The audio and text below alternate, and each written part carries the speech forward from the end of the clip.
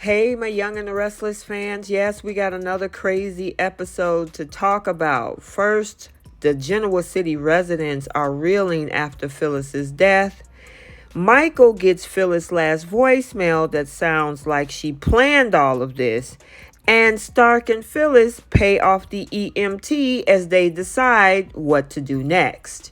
Welcome back to CBS Soap Dish Recap, where we recap everything CBS soaps, both the Young and the Restless and the Bold and the Beautiful. This is your Young and the Restless recap for April 6th. And without any further ado, let's talk about this crazy episode.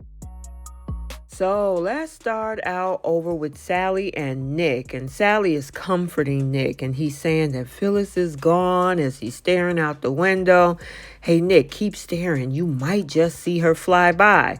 But who knows? Maybe a whole romp in the sack with Sally will make it all better for you. It seems like that's all the two of you ever do. Anyway, Nick is going on and on about Phyllis, saying that he hated betraying Sharon, but he was drowning and Phyllis was his lifeline. So we're now over at the Abbott estate, where we see Kyle telling Jack that he just doesn't know how to deal with his wife. And I know that's right. I mean, the girl is really upset, as she should be. I mean, she is blaming Diane for her mom's death, saying that she had everything to do with it. Summer is also really angry with herself about how she treated her mom. Diane didn't make her fire your mom or tell her to stay away from you. That was all on you, Summer, because your mom did nothing but lie and gaslight you for months. She's still lying. I mean, her being supposedly dead didn't change that. So, I mean, she really didn't want to talk about anything, and she just want to go to work. She wants to arrange her mom's memorial service, and yeah, I just can't see how Phyllis can actually let this go on. So now we're over at the coffee house, where Chance is telling Christine about the blood sample, and the EMT mentioned that Phyllis said something about being poisoned. And I guess she forgot to mention that when she was yapping before, she faked the whole fainting spell.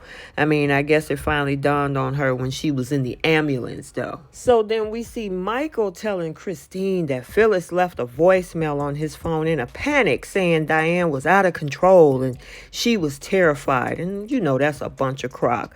People should be able to see right through all of this. If she was so afraid, why did she follow Diane up the stairs? Even Leanna Love saw that. And folks know that Phyllis ain't afraid of nobody. She's a strong woman. And she also said that Diane threatened to kill her. Now think, Michael, didn't Phyllis tell you and Lauren that she wanted Diane dead? Well, now we're back over at the Abbott estate, where we see Victor has his people go to the crash site and tell Jack that the ambulance was on a bizarre route. You think?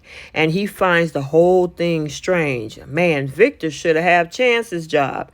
Now, Jack think all roads lead back to Jeremy Stark, and Victor agreed. Now, I'm hoping that these two can work together. In this case, just follow Jeremy. All of the pieces are there. So, speaking of the ex-con, Stark came to Phyllis's motel room, and he tells her that their plan is moving perfectly and she is getting everything she wanted.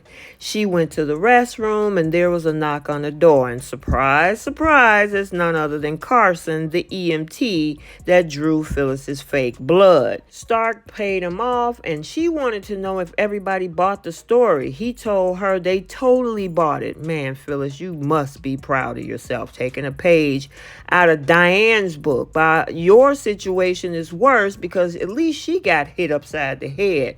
Deacon dragged her out of town. You orchestrated this entire event, and now your kids are struggling at this point. And then now all of a sudden she's concerned about her kids. I mean, wow, really, Phyllis? You should have thought about that before you decided to come up with this stupid plan. He tells her, though, that they need to live with this and go their separate ways. Jeremy, is that any way to talk to your new bride? She tells him that he made out well. You got half of my estate. I didn't even know she had an estate. Anyway, he told her she has a new ID and can reinvent herself anywhere in the world. And he ordered a car for her and told her that she needs to leave tonight. And of course, I don't think she's going anywhere. Phyllis is reading all about her death on her phone. Yeah, I would hate for Summer to find out exactly what this is. So let me get this straight. You gave away half of your estate. You actually participated in this whole poison thing. Your kids, Daniel and Summer, are struggling all because Jack don't want to be with you and you want to stick it to Diane, who is currently still with Jack. Oh, wow, that's making out real well, Phyllis. And you got a lot on your conscience to deal with. Okay, so there you have it, your Young and the Restless recap for Thursday, April 6, 2023. Stay tuned for the bold and the beautiful recap also for today.